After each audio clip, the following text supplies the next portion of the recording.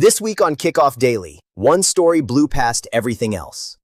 Arsenal picked up a trophy. Liverpool went back into the transfer market.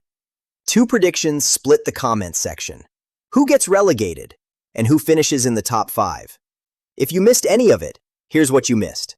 Counting down the 5 biggest stories from this week, based on what actually got watched across every platform, starting at number 5.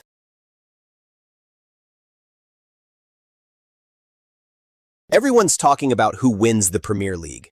They're asking the wrong question. The real question is, which 2 of England's big 6 miss the Champions League? I've got Arsenal winning the league. Not because they're suddenly miles better, because every rival hit the reset button. Pep's gone. Liverpool have another new manager. Chelsea have another new project. Spurs, another rebuild. It's Arsenal's title to lose. Manchester City still finished second. Even without Pep, that squad is simply too talented to disappear overnight. Chelsea bounced back into third. No Champions League football means fresher legs, and a new manager with something to prove. Fourth goes to Aston Villa. Unai Emery just keeps overachieving. Until someone proves otherwise, I'm backing Emery. Fifth, Manchester United. Michael Carrick has already steadied the ship. I think United edge into Europe. That leaves Liverpool, third manager in 4 seasons.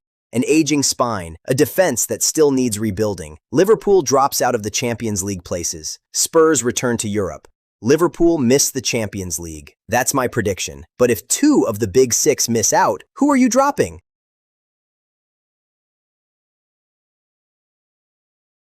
Liverpool spent almost £450 million last summer and finished 5th. Apparently, that wasn't enough. But Liverpool aren't slowing down. They're back in the transfer market. First, they addressed the weakness we called months ago, centre-back. Ronald Araujo arrives on loan from Barcelona. Then they added Victor Munoz on the right, and they're still being linked with PSG's Bradley Barcola and Ibrahim Mbaye. And now Jeff Bezos is part of the ownership picture. Is this the Bezos effect already?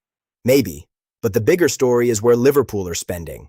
Last summer, £450 million bought Liverpool 5th. This summer could be what turns them back into title contenders. So what do you think? Top 5 or title race?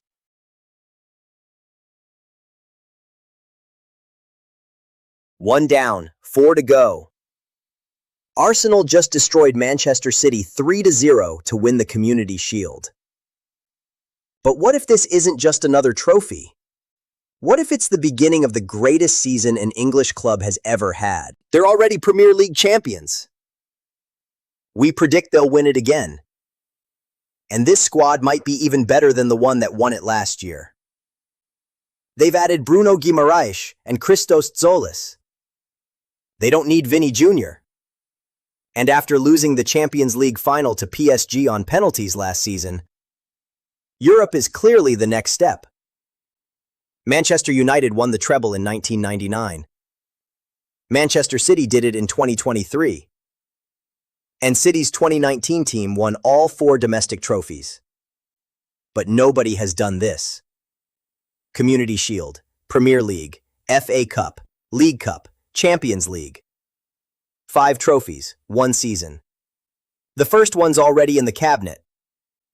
4 to go. Is this Arsenal team really good enough to make English football history? 5 trophies, yes or no?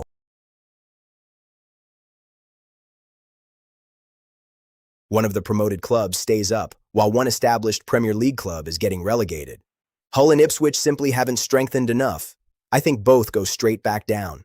At Coventry, Frank Lampard has built a team that's tactically flexible, dangerous from set pieces, and looks built to survive. The Sky Blues stay up. The bookmakers think Sunderland could be next, because Europa League football means fixture congestion. I disagree. They've already shown they're good enough. My surprise pick is Crystal Palace. New manager, new system. Sometimes replacing the coach changes everything. Every season, one club thinks they're too big to go down. This year, it's Crystal Palace. Who's in your bottom 3?